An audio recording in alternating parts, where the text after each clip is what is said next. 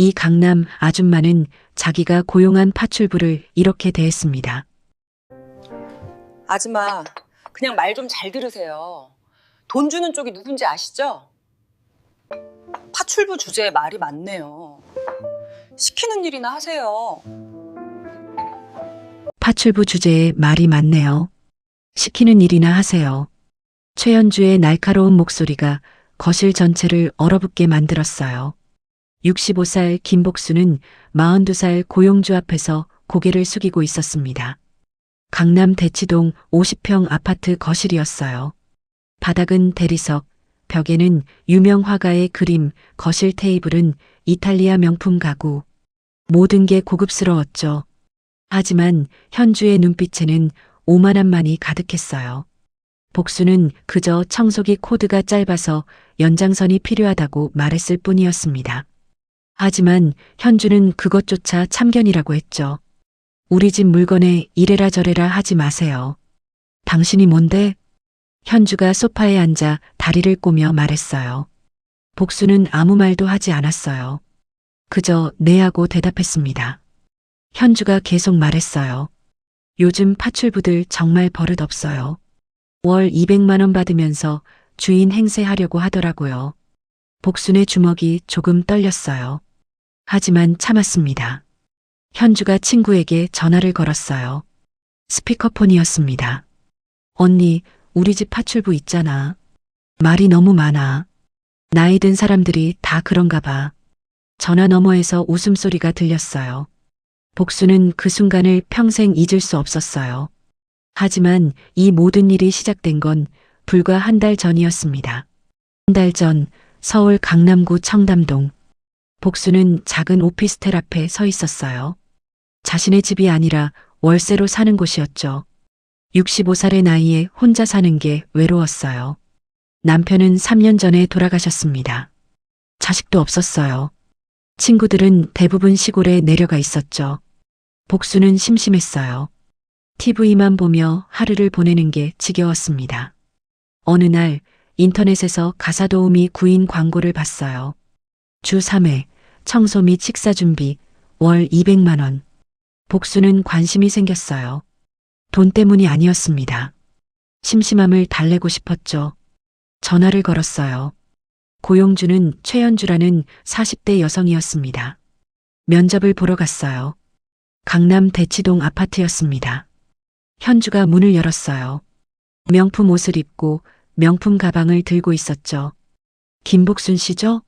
들어오세요. 현주는 복순을 위아래로 훑어봤어요.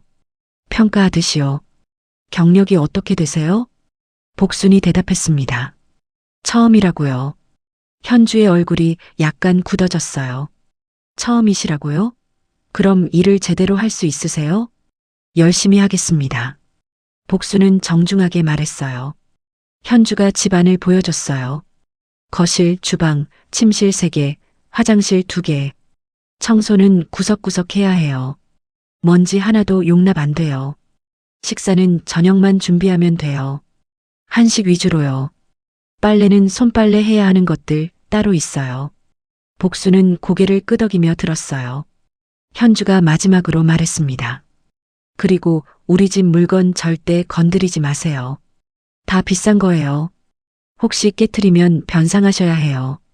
복수는 네 하고 대답했습니다. 그렇게 복순의 파출부 생활이 시작됐어요. 첫 출근 날이었어요. 월요일 오전 9시 복수는 현주의 집 초인종을 눌렀습니다. 현주가 문을 열었어요. 아직 화장도 안 한 맨얼굴이었죠. 왔어요? 청소도구는 다용도실에 있어요. 알아서 하세요. 현주는 그렇게 말하고는 침실로 들어가 버렸어요. 복수는 다용도실을 찾아갔습니다. 청소기, 걸레, 세제. 모든 게 최고급 제품이었어요. 청소를 시작했어요. 거실부터 시작해서 주방, 화장실. 꼼꼼하게 닦았습니다. 먼지 하나 없이 깨끗하게 만들었죠. 2시간이 지났어요. 현주가 나왔습니다. 화장을 하고 명품 옷을 갈아입은 모습이었어요. 현주가 거실을 둘러봤어요. 손가락으로 선반을 문질렀습니다. 그럭저럭하네요. 칭찬이 아니었어요. 그저 참는다는 말투였죠. 현주가 주방으로 갔어요. 싱크대를 확인했습니다. 여기 물때 좀 남았는데요? 복순이 가서 봤어요. 아주 작은 자국이었습니다. 죄송합니다. 다시 닦겠습니다. 복순은 다시 수세미를 들었어요. 현주가 팔짱을 끼고 지켜봤습니다. 처음이셔서 그런가 봐요. 다음부터 잘하세요. 복순은 네 하고 대답했어요. 점심시간이 됐어요. 복순은 도시락을 싸왔습니다. 다용도실에 앉아서 먹으려고 했어요. 현주가 지나가다 봤어요. 거기서 드세요? 밖에 나가서 드시지 그래요. 네. 집 안에서 드시면 냄새 나잖아요. 나가서 드세요. 복수는 도시락을 들고 밖으로 나갔어요. 아파트 계단에 앉아서 먹었습니다. 65살의 나이에 계단에 앉아 밥을 먹는 게 서글펐어요. 하지만 참았습니다. 심심풀이로 시작한 건데 조금만 참자.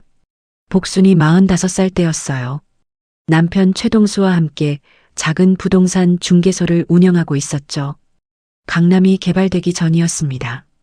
20년 전 이야기예요. 동수는 부동산에 눈이 밝았어요. 개발될 땅을 미리 알아보는 능력이 있었죠. 어느 날 동수가 복순에게 말했어요. 대치동 땅을 사자고요. 당시 대치동은 허허벌판이었어요. 논밭뿐이었습니다. 복순은 걱정했어요. 전 재산을 걸어야 하는 투자였거든요. 하지만 동수를 믿었어요. 20년을 함께 산 남편이었습니다. 땅을 샀어요. 처음엔 한 필지, 그 다음엔 두 필지. 10년 동안 모은 돈으로 계속 샀습니다. 사람들이 미쳤다고 했어요. 쓸모없는 땅에 돈을 퍼붓는다고요. 하지만 5년 후 강남 개발이 시작됐어요. 땅값이 10배로 뛰었습니다. 그리고 계속 올랐죠. 동수와 복수는 팔지 않았어요. 오히려 더 샀습니다. 은행 대출을 받아서라도 샀어요. 동수의 눈은 틀린 적이 없었습니다. 10년이 더 지났어요. 대치동은 강남 최고의 학군이 됐습니다. 땅값이 100배로 뛰었어요. 복순과 동수가 가진 땅은 이제 건물이 됐습니다. 오피스텔, 상가, 아파트 하나둘 올라갔어요. 55살이 됐을 때 복수는 건물주가 되어 있었습니다. 강남에만 63채, 서초에 20채, 송파에 20채, 총 103채의 부동산을 소유하고 있었어요. 월세 수입만 30억이었습니다. 하지만 복수는 달라지지 않았어요. 여전히 검소하게 살았습니다. 명품도 사지 않았고 비싼 차도 타지 않았어요. 동수도 마찬가지였습니다. 둘은 청담동 작은 오피스텔에서 살았죠. 남들이 보기엔 평범한 노부부였어요. 하지만 3년 전 동수가 갑자기 쓰러졌습니다. 뇌출혈이었어요. 병원에 실려갔지만 살리지 못했습니다. 복수는 혼자 남았어요. 62살의 나이였죠. 남편 장례를 치르고 나서 복수는 깨달았어요. 돈이 많아도 외로움은 못 채운다는 걸요. 자식이 없었어요. 친구들도 대부분 멀리 있었습니다. 복수는 하루하루가 길었어요. TV만 보며 시간을 보냈죠. 가끔 건물 관리를 확인하러 갔어요. 하지만 전문 관리 회사가 다 해줬습니다. 복순이 할 일은 없었어요. 어느 날 문득 생각했습니다. 남들처럼 살아보면 어떨까요? 평범한 사람들처럼요. 복수는 결심했어요. 파출부 일을 해보기로요. 돈 때문이 아니었어요. 사람들과 어울리고 싶었습니다. 그렇게 현주의 집에 오게 된 거였어요. 첫 주가 지났어요. 월, 수, 금 일주일에 3번 일했습니다. 현주의 집은 깨끗했어요. 복순이 꼼꼼하게 청소했거든요. 하지만 현주는 늘 뭔가 불만이었어요. 선반에 먼지가 남았다. 화장실 거울에 물때가 있다. 주방 싱크대가 반짝이지 않는다. 복수는 매번 다시 했어요. 불평하지 않았습니다. 하지만 현주의 태도는 점점 심해졌어요. 2주째 되는 날 현주가 복순을 불렀습니다. 냉장고 앞에 서서 팔짱을 끼고 있었어요. 복순이 다가가자 현주가 냉장고를 가리켰어요. 상한 음식들이 들어 있었습니다. 일부러 그대로 둔 것 같았어요. 현주의 얼굴에 차가운 미소가 번졌습니다. 복수는 바로 청소를 시작했어요. 상한 음식을 버리고 냉장고를 닦았죠. 현주는 옆에서 지켜보며 친구에게 전화를 걸었어요. 스피커폰이었어요. 복순이 다 들을 수 있었습니다. 현주가 친구에게 말했어요. 요즘 파출부들은 정말 일을 못한다고, 늙어서 꼼꼼하지 못하다고 했죠. 복수는 참았어요. 아무 말도 하지 않았습니다. 3주째 현주의 갑질은 더 심해졌어요. 어느 수요일 오전이었습니다. 복순이 평소처럼 청소를 하고 있었어요. 현주가 친구 2명을 집으로 불렀어요. 모두 같은 아파트에 사는 40대 여성들이었죠. 셋은 거실 소파에 앉아 수다를 떨었습니다. 명품 가방 이야기, 해외여행 이야기. 복수는 주방을 청소하며 들을 수밖에 없었어요. 현주의 친구 중 한 명이 복순을 보며 말했어요. 나이든 파출부는 일을 느리게 한다고, 젊은 사람을 구하는 게 낫다고 했죠. 현주가 동의했어요. 자기도 그렇게 생각한다고 했습니다. 하지만 요즘 젊은 파출부는 가격이 비싸다고, 그래서 참고 쓴다고 말했어요. 복수는 걸레를 쥔 손에 힘이 들어갔어요. 하지만 표정은 변하지 않았습니다. 점심시간이 됐어요. 현주의 친구들이 밖에서 음식을 시켰습니다. 초밥이었어요.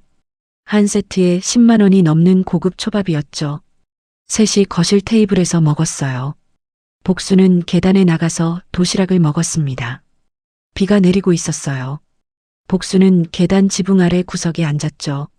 차가운 계단에 앉아 김밥을 먹었어요. 비 냄새가 코를 찔렀습니다. 복수는 문득 생각했어요. 자신이 소유한 건물 중 하나가 이 아파트에서 500m 떨어진 곳에 있다는 거요. 그 건물 월세만 월 3억이었습니다. 복수는 씁쓸하게 웃었어요. 오후에 일을 마치고 나가려는데 현주가 불렀습니다. 월급날이었어요. 현주가 봉투를 건넸어요. 200만 원이 들어 있었죠. 복순이 받으려는데 현주가 봉투를 살짝 당겼습니다. 그리고 말했어요. 다음 달부터 월급을 180만 원으로 깎겠다고요. 이유는 일이 기대에 못 미친다는 거였어요. 복수는 잠시 망설였습니다. 그리고 조용히 대답했어요. 알겠다고요. 넷째 주가 됐어요. 복수는 계속 일했습니다. 월급이 줄어든 것에 대해 불평하지 않았어요. 어차피 돈 때문에 하는 일이 아니었거든요.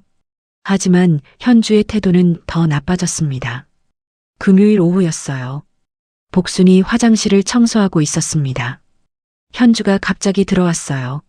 손에 명품 구두를 들고 있었죠. 변기 옆에 구두를 놓았어요. 그리고 복순을 봤습니다. 말하지 않아도 뜻이 명확했어요. 구두를 닦으라는 거였죠. 복순은 잠시 구두를 봤어요. 루이비통 구두였습니다. 300만 원이 넘는 제품이었죠. 복순도 똑같은 구두를 가지고 있었어요. 집에 신지도 않고 박스에 담긴 채로요. 하지만 아무 말하지 않았습니다. 구두를 집어들고 닦기 시작했어요. 현주가 옆에 서서 지켜봤어요. 만족스러운 표정이었습니다. 복순이 구두를 다 닦고 건네자 현주가 받아들었어요. 그리고 말했습니다. 앞으로 구두 닦는 것도 복순의 일이라고요. 복순은 고개를 끄덕였어요. 저녁 5시 일을 마치고 나가려는데 현주가 또 불렀습니다. 내일 토요일에 특별히 나와달라고 했어요. 손님이 온다고요. 원래 월, 수, 금만 일하기로 했지만 현주는 상관없다는 표정이었어요. 추가 수당은 없다고 했습니다. 그냥 서비스라고요. 복수는 잠시 생각했어요. 거절할 수도 있었습니다. 하지만 궁금했어요. 현주가 어디까지 갈 수 있는지요. 복순이 대답했어요. 알겠다고요. 토요일 오전 10시 복수는 현주의 집에 갔어요. 현주는 이미 준비를 마친 상태였습니다. 풀 메이크업에 명품 드레스를 입고 있었어요. 집안은 이미 깨끗했어요. 복순이 어제 청소해 놓았거든요. 하지만 현주는 다시 청소하라고 했습니다. 손님이 오니까 완벽해야 한다고요. 복순은 다시 청소를 시작했어요. 오후 2시쯤 손님이 왔어요. 현주의 언니였습니다. 최현정이라는 45살 여성이었어요. 현주보다 더 화려하게 꾸미고 있었죠. 현정이 거실에 들어서며 복순을 봤어요. 현주가 소개했습니다. 파출부라고요. 현정이 복순을 위아래로 훑어봤어요. 평가하듯이요. 그리고 현주에게 말했어요. 나이든 파출부는 믿음이 안 간다고, 물건 훔쳐갈 수도 있다고 했죠. 현주가 웃으며 대답했어요. 그래서 늘 감시한다고, 절대 혼자 두지 않는다고 했습니다. 복수는 주방에서 차를 준비하며 들었어요. 두 자매는 거실 소파에 앉아 이야기를 나눴습니다. 부동산 이야기였어요. 현정이 최근에 논현동에 오피스텔을 샀다고 자랑했어요. 15억짜리라고 했죠. 현주가 부러워했습니다. 자기도 투자를 해야 하는데 돈이 부족하다고요. 현정이 조언했어요. 대출을 받으라고, 요즘 금리가 낮다고 했습니다. 현주가 고민하는 표정을 지었어요. 남편이 반대한다고, 빚은 무섭다고 했죠. 현정이 비웃었어요. 그래서 돈을 못 버는 거라고, 투자는 타이밍이라고 했습니다. 복수는 차를 가지고 거실로 갔어요. 조심스럽게 테이블에 놓았습니다. 현정이 차를 한 모금 마시고는 얼굴을 찌푸렸어요. 너무 뜨겁다고 제대로 식혀서 가져오라고 했습니다. 복수는 차를 다시 가져갔어요. 얼음을 넣어서 식혔죠. 다시 가져가자 현정이 또 불평했어요. 이번엔 너무 미지근하다고요. 현주가 복순을 보며 한숨을 쉬었어요. 복수는 세 번째로 차를 다시 준비했습니다. 이번에는 아무 말이 없었어요. 복수는 주방으로 돌아가서 설거지를 시작했어요. 손이 떨렸습니다. 분노 때문이 아니었어요. 웃음을 참느라 그랬죠. 5째 주가 됐어요. 복수는 여전히 현주의 집에서 일했습니다. 월요일 아침 복순이 현관문을 열고 들어갔어요. 복순에게는 비밀번호를 알려줬거든요. 거실이 엉망이었습니다. 주말 동안 파티를 한 것 같았어요. 와인병이 여기저기 널려 있었고 접시들이 싱크대에 쌓여 있었어요. 카펫에는 음식물이 흘러 있었죠. 복수는 한숨도 쉬지 않았어요. 묵묵히 청소를 시작했습니다. 4시간이 걸렸어요. 거실, 주방, 화장실, 모든 곳을 원래대로 되돌렸죠. 오후 2시쯤 현주가 일어났어요. 늦잠을 잔 거였습니다. 헝클어진 머리로 거실로 나왔어요. 주위를 둘러보더니 고개를 끄덕였습니다. 칭찬은 없었어요. 당연하다는 표정이었죠. 현주가 주방으로 갔어요. 냉장고를 열고 이것저것 꺼냈습니다. 그리고 복순을 봤어요. 점심을 만들어 달라고 했어요. 파스타를 먹고 싶다고 했죠. 복순은 요리를 시작했어요. 파스타 면을 삶고 소스를 만들었습니다. 20분 후 접시에 담아서 현주에게 가져갔어요. 현주가 한 입 먹고는 포크를 내려놨습니다. 맛이 별로라고 했어요. 염치 없이 당당하게 말했죠. 복수는 사과했어요. 다시 만들겠다고 했습니다. 현주가 손을 저었어요. 됐다고 배달 음식을 시키겠다고 했습니다. 그리고 복순이 만든 파스타를 쓰레기통에 버렸어요. 복수는 지켜봤어요. 아무 말도 하지 않았습니다. 수요일 오후였어요. 복순이 빨래를 개고 있었습니다. 현주가 전화를 받으며 거실을 돌아다녔어요. 부동산 중개인과 통화하는 것 같았습니다. 목소리가 커서 복순이 다 들렸어요. 현주는 대치동에 상가를 하나 사고 싶어 했어요. 투자 목적이었죠. 하지만 가격이 너무 비쌌습니다. 30억이 넘었거든요. 현주가 고민하고 있었어요. 대출을 받아야 하는데 남편이 반대한다고 했죠. 전화를 끊고 나서 현주는 소파에 앉아 한숨을 쉬었어요. 복순에게 말했습니다. 요즘 부동산 투자가 힘들다고, 좋은 매물은 다 비싸다고 했어요. 복순은 빨래를 개며 듣고 있었어요. 현주가 계속 말했습니다. 자기 언니는 부동산으로 돈을 많이 벌었다고, 자기도 그러고 싶은데 기회가 안 온다고 했죠. 복순은 속으로 웃었어요. 현주가 사려는 그 상가 건물의 주인이 바로 복순이었거든요. 복순이 15년 전에 10억에 산 건물이었어요. 지금은 35억으로 내놓은 상태였죠. 하지만 복순은 아무 말도 하지 않았습니다. 금요일 오전이었어요. 복순이 화장실을 청소하고 있었습니다. 현주의 남편이 출근 전에 화장실을 급하게 쓰고 갔는지 변기가 더러웠어요. 복순은 고무장갑을 끼고 변기를 닦았습니다. 현주가 지나가다가 봤어요. 만족스러운 표정을 지었습니다. 복순이 변기를 닦는 모습을 보는 게 기분 좋은 것 같았어요. 복순은 그 시선을 느꼈지만 계속 청소했어요. 일을 마치고 나가려는데 현주가 또 불렀습니다. 다음 주 월요일에 친구들을 집으로 부른다고 했어요. 음식을 준비해 달라고 했죠. 10명분이라고 했습니다. 복순이 물었어요. 무슨 음식을 원하냐고요. 현주가 메뉴판을 보여줬어요. 한식 코스 요리였습니다. 전체, 메인, 후식까지 12가지 요리였어요. 복순은 메뉴를 봤어요. 만들 수 있는 요리들이었습니다. 대답했어요. 알겠다고요. 현주가 웃으며 말했습니다. 잘하면 팁을 주겠다고 10만 원 정도라고 했어요.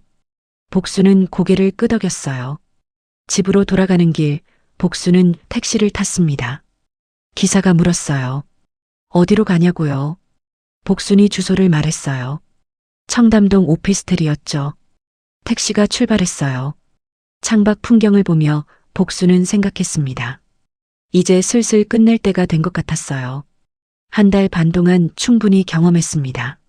사람들이 어떻게 행동하는지, 돈과 계층이 무엇을 만드는지, 복순은 결심했어요. 다음 주 월요일, 그날이 마지막이 될 거라고요. 주말이 지났어요. 월요일 아침, 복순은 평소보다 일찍 준비했습니다. 오늘은 특별한 날이었거든요. 옷장을 열었어요. 평소 입던 수수한 옷들 대신 안쪽에 걸린 옷을 꺼냈습니다. 샤넬 트위드 재킷이었어요. 작년에 산 신상이었죠. 한 번도 입지 않았습니다. 거울을 봤어요. 재킷이 딱 맞았습니다. 머리도 단정하게 빗었어요. 화장은 안 했습니다.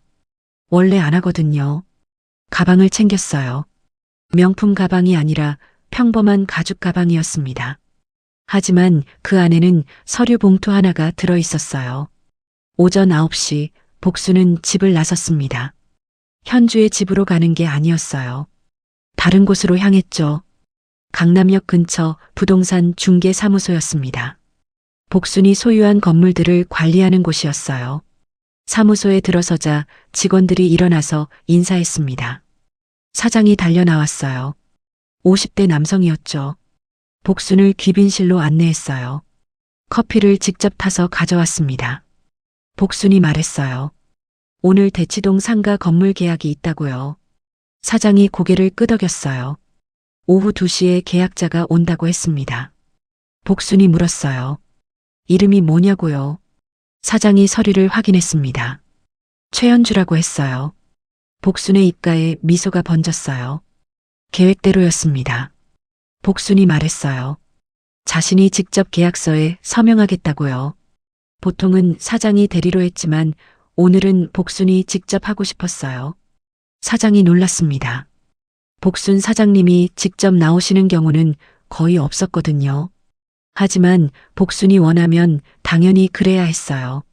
복순은 오전 시간을 부동산 사무소에서 보냈습니다.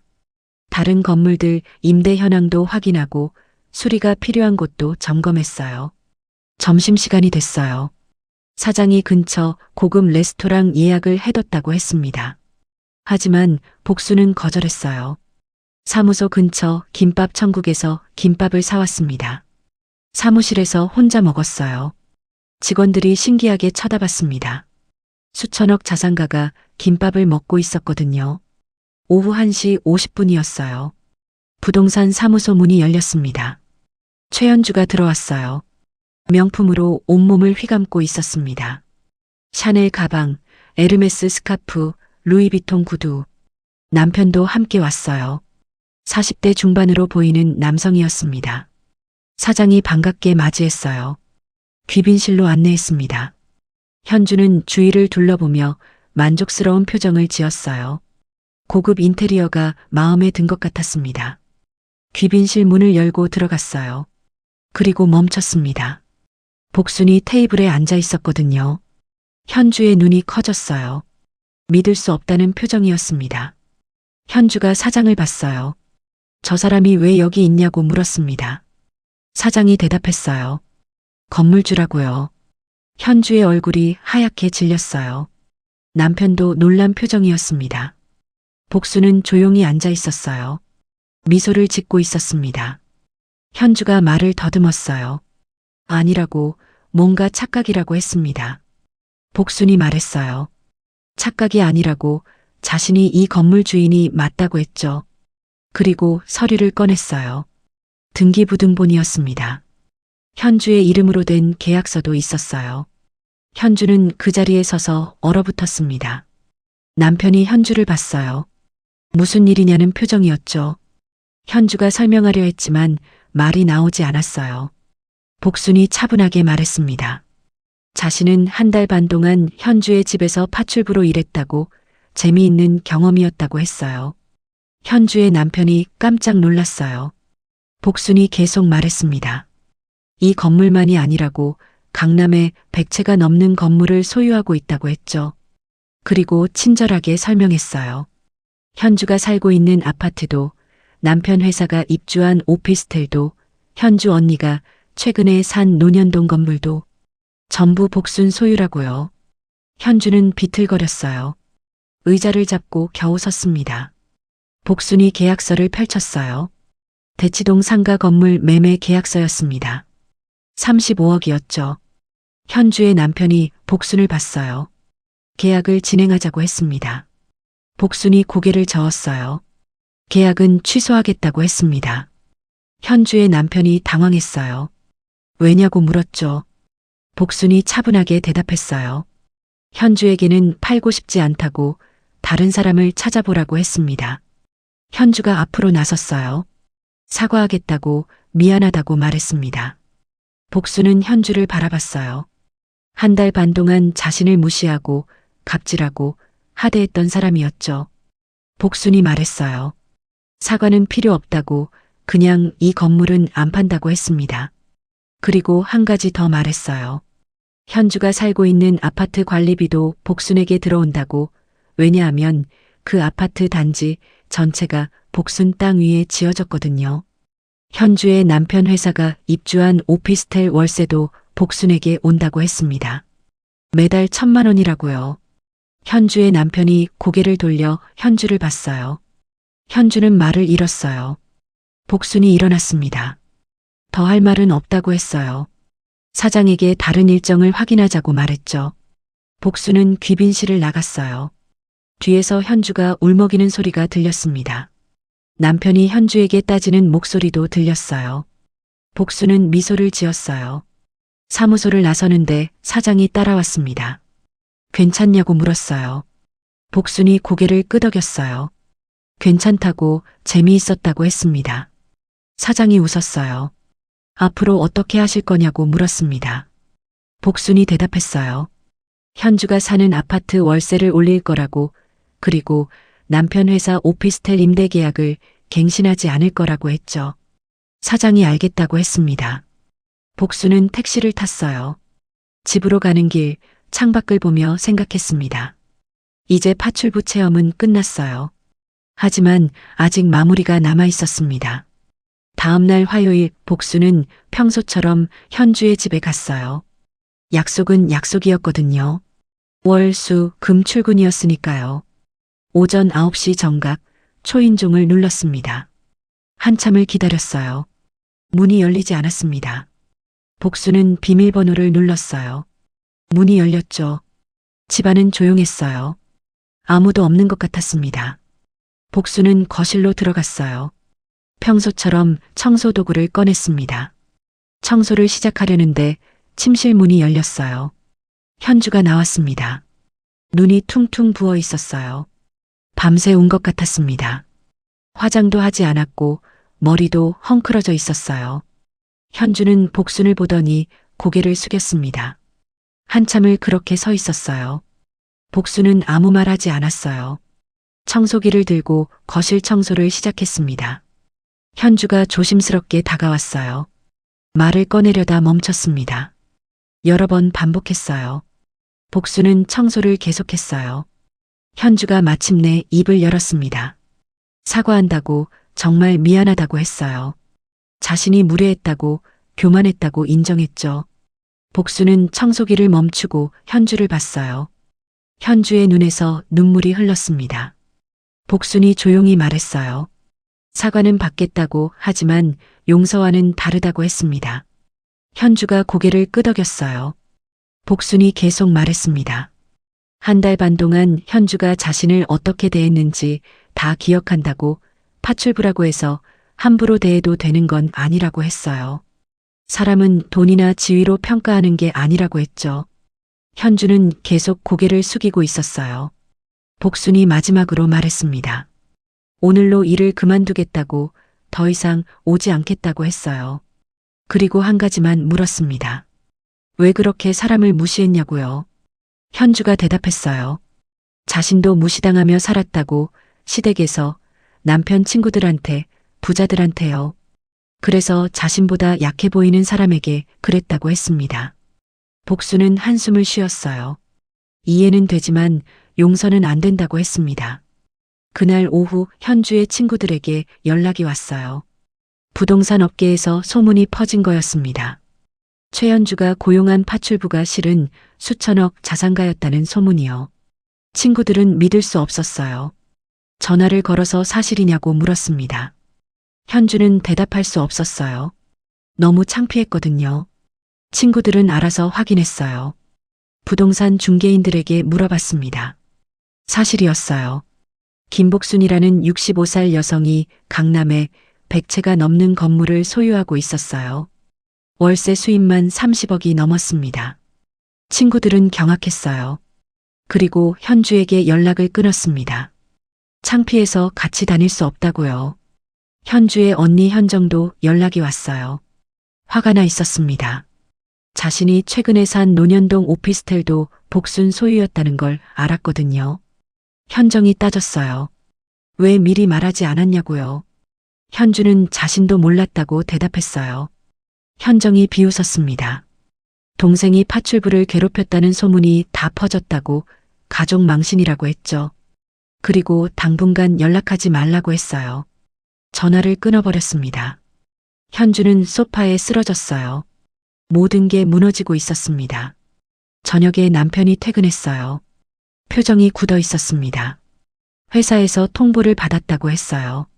오피스텔 건물주가 임대계약 갱신을 거부했다고, 3달 안에 나가야 한다고 했죠. 이유는 명확했어요. 복순의 결정이었습니다. 남편이 현주를 봤어요.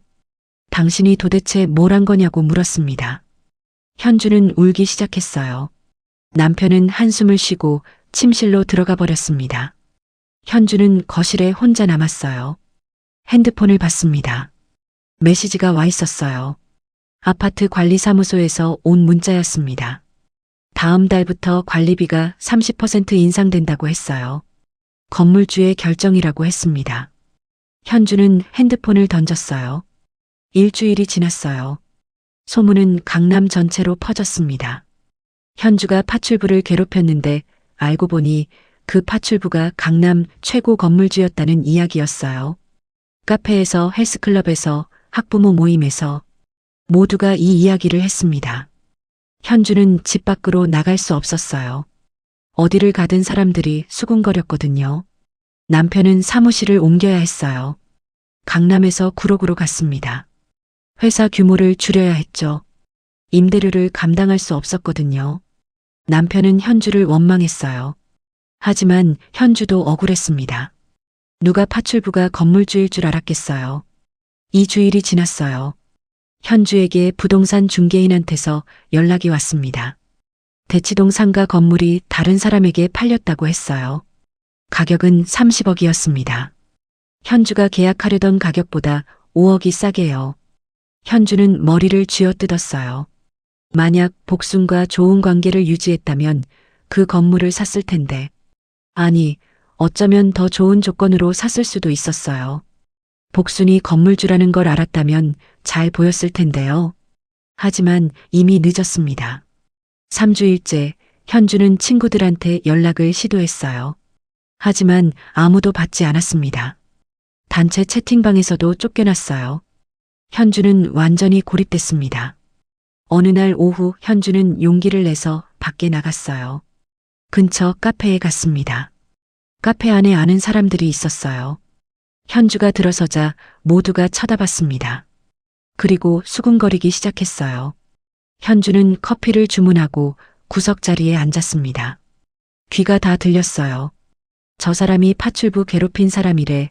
파출부가 알고 보니 수천억 자산가였대. 완전 망신당했대. 현주는 커피를 다 마시지도 못하고 나왔어요. 집으로 돌아오는 길 눈물이 났습니다. 자신이 뭘 잘못한 걸까요? 아니, 사실 알고 있었어요. 복순을 사람으로 대하지 않았던 거요. 한 달이 지났어요. 복순은 평소 생활로 돌아갔습니다. 청담동 오피스텔에서 조용히 지냈어요. 가끔 부동산 사무소에 가서 업무를 확인했죠. 하지만 뭔가 달라졌어요. 복순은 사람들을 다시 보게 됐습니다. 파출부로 일하면서 계층과 돈이 사람을 어떻게 바꾸는지 봤거든요. 복순은 결심했어요. 자신의 재산을 의미 있게 쓰기로요. 첫 번째로 한 일은 재단을 만드는 거였습니다. 저소득층 가사 노동자를 위한 복지재단이었어요. 파출부, 요양보호사, 청소노동자, 이런 분들을 위한 쉼터와 교육시설을 만들기로 했죠. 복수는 자신의 건물 중 하나를 기부했어요. 강남역 근처 5층짜리 건물이었습니다. 시가 100억이 넘었죠. 그곳에 쉼터를 만들었어요. 식당, 휴게실, 샤워실, 교육실. 가사 노동자들이 점심시간에 와서 쉴 수 있는 공간이었습니다. 무료 식사도 제공했어요. 하루 300명분이었죠. 개관식 날 많은 사람들이 왔습니다. 구청장, 국회의원, 언론사 모두가 복순을 칭찬했어요. 하지만 복순은 조용히 있었어요. 인터뷰도 거절했습니다. 그저 쉼터를 이용하는 분들이 편하면 된다고 했죠. 개관식이 끝나고 복순은 쉼터를 둘러봤어요. 식당에는 이미 10명 정도가 식사를 하고 있었습니다. 복순도 같은 메뉴를 받아서 그들 옆에 앉았어요. 옆자리 아주머니가 복순을 봤습니다. 인사를 했어요. 복순도 인사했죠. 아주머니가 물었습니다. 무슨 일을 하냐고요? 복순이 대답했어요. 예전에 파출부 일을 잠깐 했었다고요. 아주머니가 반가워했습니다. 자기도 파출부라고요. 둘은 이야기를 나눴어요. 아주머니는 60살이었어요. 30년째 파출부 일을 하고 있었죠. 힘들지만 자식들 뒷바라지를 위해 견딘다고 했습니다. 복수는 들으며 고개를 끄덕였어요. 아주머니가 말했습니다. 요즘 고용주들은 정말 무례하다고 파출부를 사람으로 안 본다고 했죠. 복수는 공감했어요. 자신도 경험했으니까요. 식사를 마치고 복수는 쉼터를 나왔습니다. 마음이 따뜻해졌어요. 이 공간이 누군가에게 위로가 될 거라는 생각이 들었죠. 한편 현주의 삶은 계속 무너지고 있었어요. 남편 회사는 어려워졌습니다. 임대료가 비싼 구로구 사무실을 감당할 수 없었어요. 직원을 반으로 줄였습니다. 매출도 30% 떨어졌죠. 남편은 현주를 원망했어요. 매일 밤 싸웠습니다. 현주도 힘들었어요. 친구도 없고 갈 곳도 없었죠. 어느 날 현주는 우연히 인터넷 기사를 봤습니다. 강남의 가사 노동자 쉼터가 개관했다는 뉴스였어요. 기사를 읽다가 사진을 봤습니다. 복순이 쉼터에서 봉사하는 모습이었어요. 현주는 놀랐어요. 복순이 100억짜리 건물을 기부했다는 내용이었습니다. 현주는 댓글을 읽었어요. 모두가 복순을 칭찬하고 있었습니다. 훌륭하다고, 진짜 부자는 저런 거라고, 존경스럽다고. 현주는 자신과 비교가 됐어요. 자신은 200만 원 월급 주면서 파출부를 무시했는데 복수는 100억을 기부했어요. 현주는 부끄러웠습니다. 머릿속이 복잡했어요. 사과하고 싶었지만 용기가 나지 않았습니다. 일주일 후 현주는 결심했어요. 복순을 찾아가기로요. 인터넷에서 쉼터 위치를 찾았습니다. 강남역 근처였어요. 현주는 평범한 옷을 입었어요. 명품은 하나도 걸치지 않았습니다. 지하철을 탔어요. 예전 같으면 택시를 탔겠지만 이제는 돈을 아껴야 했거든요. 강남역에 도착해서 쉼터를 찾아갔습니다. 5층짜리 건물이었어요. 깨끗하고 현대적이었죠. 입구에 안내판이 있었습니다. 희망 쉼터 마이너스 모든 가사 노동자를 환영합니다.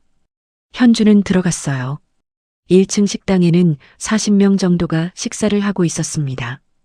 현주는 주위를 둘러봤어요. 복순이 보이지 않았습니다.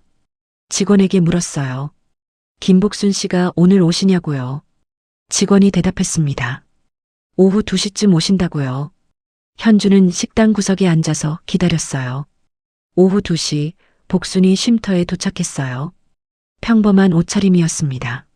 손에는 마트 봉투를 들고 있었죠. 복순은 주방으로 갔어요. 오늘은 저녁 식사 준비를 도울 예정이었습니다. 주방에서 앞치마를 두르고 채소를 다듬기 시작했어요.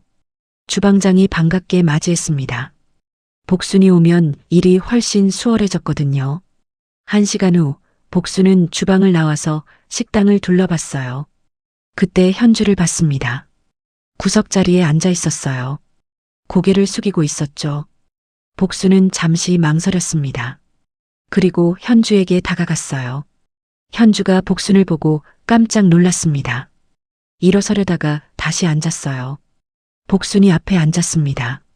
둘은 한참 말이 없었어요. 현주가 먼저 입을 열었습니다. 죄송하다고, 정말 미안하다고 또 말했어요. 복순은 조용히 듣고 있었습니다. 현주가 계속 말했어요. 요즘 자신의 삶이 어떤지, 친구들이 다 떠났고 남편 회사도 어려워졌고 모두가 자신을 손가락질한다고 했죠. 당연한 벌이라고, 자신이 잘못했다고 인정했어요. 복순은 한숨을 쉬었어요. 그리고 말했습니다. 돈이나 지위가 중요한 게 아니라고, 사람을 어떻게 대하는지가 중요하다고 했어요. 현주는 고개를 끄덕였습니다. 복순이 물었어요. 왜 여기 왔냐고요? 현주가 대답했습니다. 다시 사과하고 싶었다고, 그리고 복순 같은 사람이 되고 싶다고 했어요. 복순은 현주를 봤습니다. 진심으로 보였어요. 복순이 말했어요. 용서는 시간이 필요하다고, 하지만 현주가 변하려고 노력한다면 지켜보겠다고 했죠. 현주의 눈에서 눈물이 났습니다. 복순이 일어섰어요. 쉼터에서 봉사활동을 하면 어떻겠냐고 물었습니다. 파출부들의 삶을 이해하는데 도움이 될 거라고요. 현주는 놀랐어요. 자신을 받아주는 거냐고 물었습니다. 복순이 고개를 끄덕였어요. 누구나 변할 수 있다고, 기회는 줄 수 있다고 했죠. 현주는 감사하다고 말했어요. 복순과 현주는 함께 주방으로 갔습니다. 현주는 처음으로 설거지를 했어요. 손이 서툴렀지만 열심히 했습니다. 옆에서 복순이 지켜봤어요. 2달이 지났어요. 현주는 일주일에 3번씩 쉼터에서 봉사를 했습니다. 설거지, 청소, 식사 배식. 예전에 복순에게 시켰던 일들을 자신이 직접 하고 있었어요. 처음엔 힘들었습니다. 손에 물집이 생겼고 허리도 아팠죠. 하지만 포기하지 않았어요. 쉼터를 이용하는 가사 노동자들과 이야기도 나눴습니다. 그들의 삶을 들으며 현주는 많은 걸 배웠어요. 60대 할머니는 30년째 파출부 일을 하며 자식 셋을 키웠다고 했어요. 50대 아주머니는 남편이 돌아가신 후 혼자 생계를 책임진다고 했죠. 모두가 힘들지만 묵묵히 살아가고 있었습니다. 현주는 부끄러웠어요. 자신은 그렇게 힘든 사람들을 무시하고 깔봤었죠. 어느 날 복순이 현주를 따로 불렀습니다. 쉼터 사무실이었어요. 복순이 서류를 꺼냈어요. 건물 임대차 계약서였습니다. 현주 남편 회사 오피스텔 계약서였어요. 복순이 말했습니다.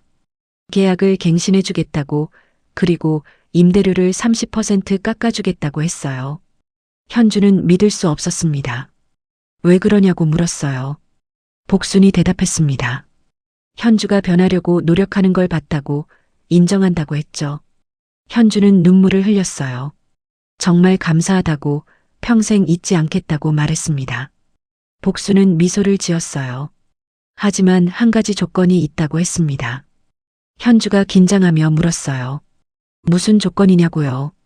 복순이 말했습니다. 앞으로 다른 사람들을 대할 때 절대 무시하지 말라고, 특히 자신보다 약한 사람들을요. 현주는 고개를 끄덕였어요. 약속한다고, 꼭 지키겠다고 했습니다. 3개월 후 놀라운 일이 일어났어요. 복순의 이야기가 방송에 나왔습니다. 한 다큐멘터리 프로그램에서 복순을 취재한 거예요. 강남 건물주가 파출부로 일하며 겪은 일, 그리고 쉼터를 만든 이야기. 방송이 나가자 엄청난 반응이 있었어요. 시청률이 15%를 넘었습니다. 다큐멘터리로는 이례적인 수치였죠. 포털 사이트 실시간 검색어 1위에 복순의 이름이 올랐어요. 댓글이 수만 개 달렸습니다. 모두가 복순을 칭찬했어요. 진짜 부자는 저런 거라고, 존경스럽다고, 본받고 싶다고. 복순은 갑자기 유명인이 됐습니다. 하지만 복순은 변하지 않았어요. 여전히 청담동 오피스텔에서 조용히 살았죠. 인터뷰 요청이 쏟아졌지만 대부분 거절했어요. 다만 한 가지는 수락했습니다. 국회 복지위원회 청문회였어요. 가사 노동자 처우 개선을 위한 법안 논의였죠. 복순은 증인으로 참석했습니다. 국회의원들 앞에서 자신의 경험을 이야기했어요. 파출부로 일하며 겪은 무시와 갑질, 그리고 가사 노동자들의 열악한 환경. 복순의 증언은 강력했어요. 국회의원들도 감동했습니다. 결국 법안이 통과됐어요. 가사 노동자 최저임금 인상, 4대 보험 적용, 근로계약서 의무화. 획기적인 변화였습니다. 뉴스에서 이 소식을 전했어요. 복순의 기여가 컸다고 보도했죠. 복순은 집에서 뉴스를 봤어요. 남편 사진을 꺼내 들었습니다. 말했어요.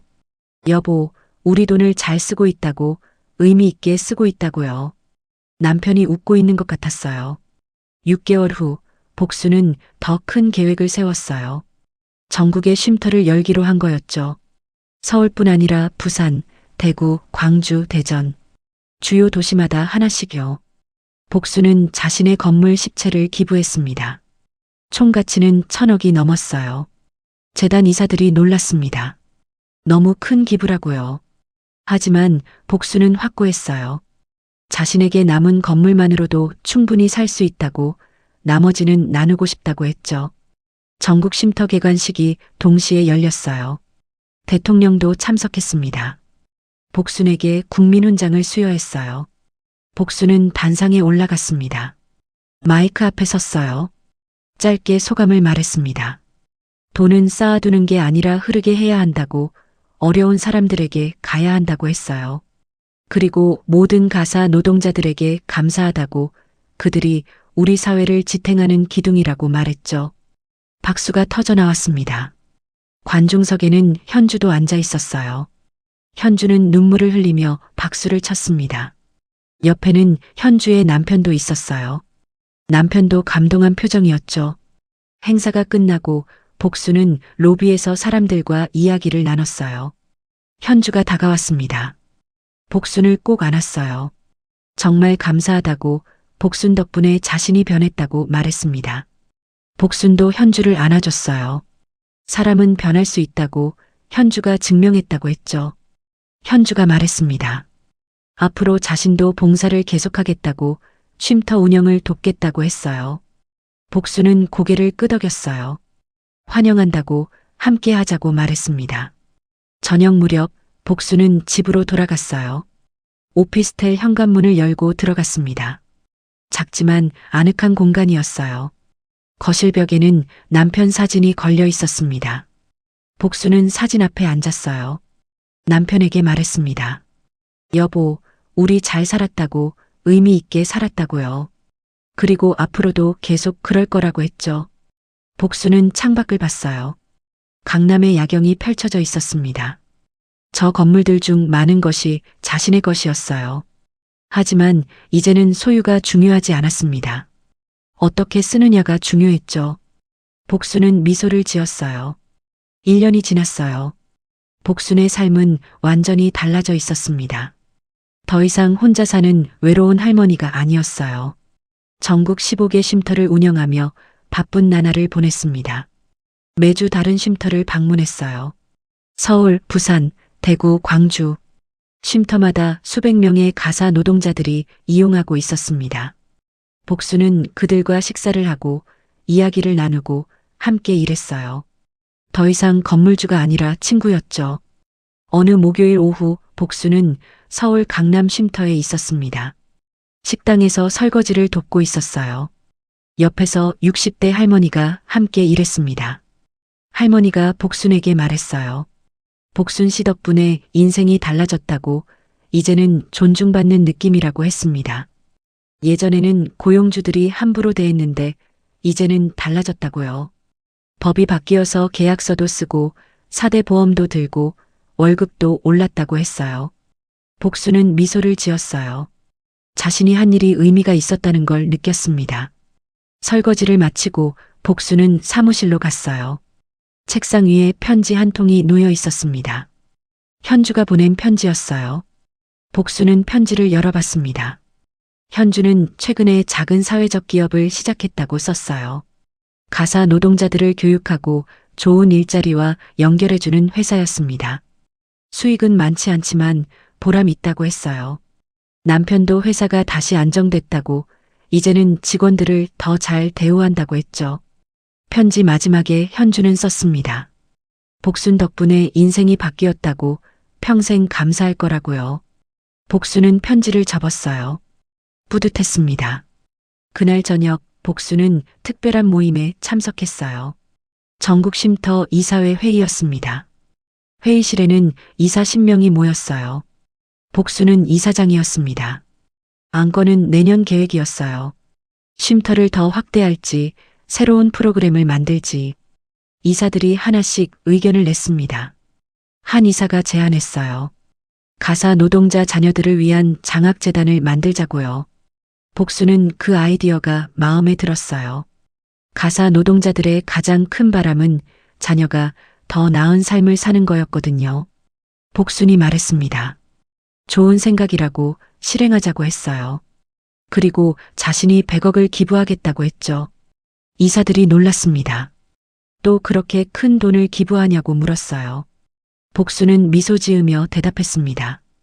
돈은 쓰라고 있는 거라고, 자신은 이미 충분히 가지고 있다고 했죠. 회의가 끝나고 복수는 혼자 회의실에 남았어요. 창밖을 봤습니다. 서울 야경이 아름다웠어요. 복수는 남편을 떠올렸습니다. 남편이 평생 모은 재산이었어요. 하지만 이제는 흐르고 있었습니다. 필요한 사람들에게요. 복수는 남편이 자랑스러워할 거라고 생각했어요. 밤 10시 복수는 집으로 돌아갔습니다. 오피스텔 문을 열고 들어가려는데 옆집 문이 열렸어요. 젊은 부부가 나왔습니다. 아기를 안고 있었어요. 부부가 복순을 보고 인사했어요. 복순도 인사했습니다. 젊은 남편이 말했어요. TV에서 복순을 봤다고, 정말 존경한다고 했습니다. 복순은 손을 저었어요. 아니라고, 그냥 할 일을 했을 뿐이라고 했죠. 젊은 아내가 말했습니다. 덕분에 자기 어머니도 혜택을 받았다고, 어머니가 파출부 일을 하는데 이제는 대우가 훨씬 좋아졌다고요. 복수는 기뻤어요. 자신의 일이 실제로 도움이 되고 있었습니다. 집에 들어가서 복수는 소파에 앉았어요. TV를 켰습니다. 뉴스가 나오고 있었어요. 가사 노동자 처우 개선 법안 시행 1년 긍정적 변화. 리포터가 쉼터를 찾아가서 인터뷰하고 있었습니다. 이용자들이 말했어요. 정말 삶이 나아졌다고, 희망이 생겼다고요. 복수는 뉴스를 보며 눈물을 흘렸어요. 행복한 눈물이었습니다. 6개월 후 복순에게 큰 상이 주어졌어요. 아시아 사회 공헌 대상이었습니다. 시상식은 서울 코엑스에서 열렸어요. 1000명이 넘는 사람들이 참석했습니다. 복수는 무대에 올랐어요. 평소처럼 수수한 옷차림이었습니다. 트로피를 받고 마이크 앞에 섰어요. 짧은 소감을 말했습니다. 자신은 특별한 사람이 아니라고, 다만 운이 좋았을 뿐이라고 했어요. 좋은 남편을 만났고 부동산 투자가 성공했고 덕분에 많은 재산을 갖게 됐다고요. 하지만 재산은 혼자 누리라고 있는 게 아니라고 했습니다. 함께 나눠야 한다고, 특히 어려운 사람들과요. 그리고 마지막으로 말했어요. 모든 사람은 존중받을 자격이 있다고, 직업이나 돈으로 사람을 판단하면 안 된다고 했죠. 박수가 터져 나왔습니다. 1000명이 일어서서 기립박수를 쳤어요. 복수는 깊이 인사했습니다. 무대를 내려와 자리로 돌아갔어요. 옆자리에는 현주가 앉아 있었습니다. 현주도 초대받았거든요. 복순의 특별 게스트로요. 현주가 복순의 손을 잡았어요. 정말 자랑스럽다고, 복순을 만난 게 인생 최고의 행운이라고 말했습니다. 복순은 현주의 손을 꼭 잡아줬어요. 현주도 변했다고, 이제는 정말 좋은 사람이 됐다고 말했죠. 시상식이 끝나고 로비에서 리셉션이 있었어요. 많은 사람들이 복순에게 인사하러 왔습니다. 정치인, 기업인, 연예인 모두가 복순을 만나고 싶어 했어요. 하지만 복순은 금방 빠져나왔습니다. 화려한 자리가 불편했거든요. 현주와 함께 밖으로 나왔어요. 밤 공기가 시원했습니다. 현주가 물었어요. 지금 기분이 어떠냐고요? 복순이 대답했습니다. 행복하다고, 남편에게 떳떳하다고 했어요. 돈을 잘 쓴 것 같다고, 의미 있게 쓴 것 같다고요. 현주가 말했습니다. 자기도 복순처럼 살고 싶다고, 앞으로 계속 배우고 싶다고 했어요. 복순은 미소를 지었어요. 함께 하자고, 아직 할 일이 많다고 말했습니다. 두 사람은 택시를 탔어요. 창밖으로 서울의 불빛이 흘러갔습니다. 1년 전만 해도 복순과 현주는 고용주와 파출부였어요. 한쪽은 무시하고 한쪽은 참았죠. 하지만 이제는 친구였습니다. 함께 세상을 바꾸는 동료였어요. 복순은 집에 도착해서 내렸습니다. 오피스텔로 올라가는 엘리베이터 안에서 생각했어요. 65살에 파출부 일을 시작한 게 최고의 결정이었다고요. 덕분에 세상을 다시 보게 됐고, 자신의 재산을 의미 있게 쓰게 됐고, 좋은 친구도 생겼죠. 집에 들어가서 복순은 남편 사진을 봤어요. 말했습니다. 여보, 우리 잘 살았어요. 돈을 잘 벌었고 잘 썼어요. 그리고 앞으로도 계속 잘 쓸 거예요. 복순은 침대에 누웠어요. 편안한 잠이 왔습니다. 꿈속에서 남편이 웃고 있었어요.